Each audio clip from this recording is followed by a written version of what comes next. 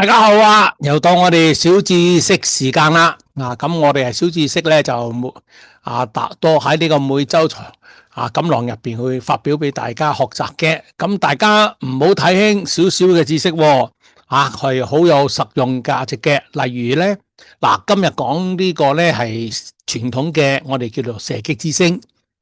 咁射擊之星係好普通嘅一粒星號嘅，但係有陣時你會發覺，咦，佢嘅準確性好似有時啱，有時唔啱喎。咁用起上嚟咧，好多時都無所適從嘅。射擊之星咧，其實佢會發生好多種情況底下出現嘅。有一種咧，我哋喺奇蹟班咧，我哋叫做呢個鬼見愁嘅有個別名嘅呢個係我同佢改嘅。咁鬼見愁嘅星咧，佢形態咧就係射擊之星嚟嘅。不過佢背後嘅理念咧，背後嘅道理咧，就同射擊之星係有些少嘅分別嘅。咁鬼見愁呢粒星咧，佢嘅特點咧就係佢要升到一個好高嘅位置嘅。起碼有超買啦，同埋指標係有背馳啦，最重要咧就係佢嘅成交係大過過去嗰兩日嘅。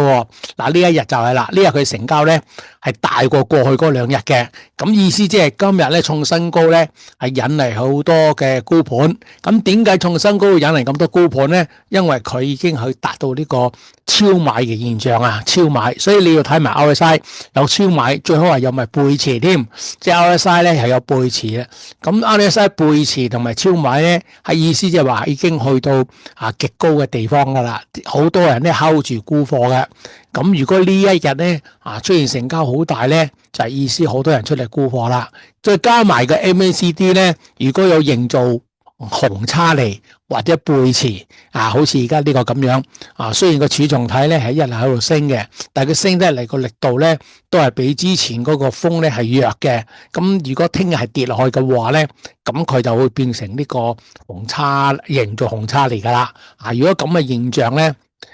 即係話嗰個指標係代表客觀環境客觀環境係極度呢個超買呢個位置係傾於會沽貨嘅。咁呢一日咧出現呢個呢粒射擊之星咧，佢嘅幅度咧係要比過去嗰3日咧係大嘅，即係過去呢幾日啦係大嘅，佢嘅幅度係大嘅，即係升下之後咧，突然嗰日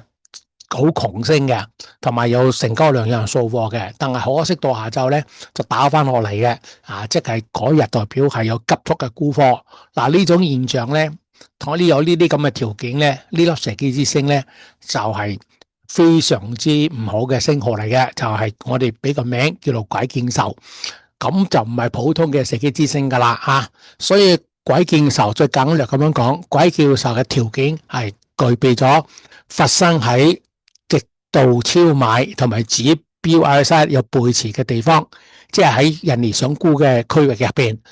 跟住咧佢就出現咗過去大成交係大概過去嗰兩日咁仲要低收咁而出現咗呢啲咧，大家就要小心啦。如果聽日咧係繼續跌落去咧，咁你真係要沽貨啦。例如聽日咧做啲大黑棍咧，咁呢日即係就算聽日唔做大黑棍咧，係做個破呢支射擊之星嘅底咧，你都要走啦咁呢個咧就係如果你適當咁樣走咧，就可以救咗你一下噶。咁有陣時你冇理由買貨等到呢2日先嚟買噶咁所以嚟講咧，如果有貨咧就要出沽咯。所以我哋有句說話叫做一見鬼見愁，後市就堪憂啦。咁即係話你見到呢啲咁嘅鬼見愁一出嚟咧，最好你有貨咧就食一食好先，至少都要減一半啦咁樣你就唔會後悔啦嗱，呢個真係俾一個小嘅提示大家你睇呢隻中升控股咧881咧就係咁啦，後市一路碌落去嘅，碌到而家咧都未曾見穩噶佢由今年嘅9月3號18個7毫3從咗高位之後咧，就碌到目前咧我今日做呢個資料搜集嘅時候咧，去到今日仲未曾有上升有回升嘅做低嘅跡象咁唔知佢碌到幾多啦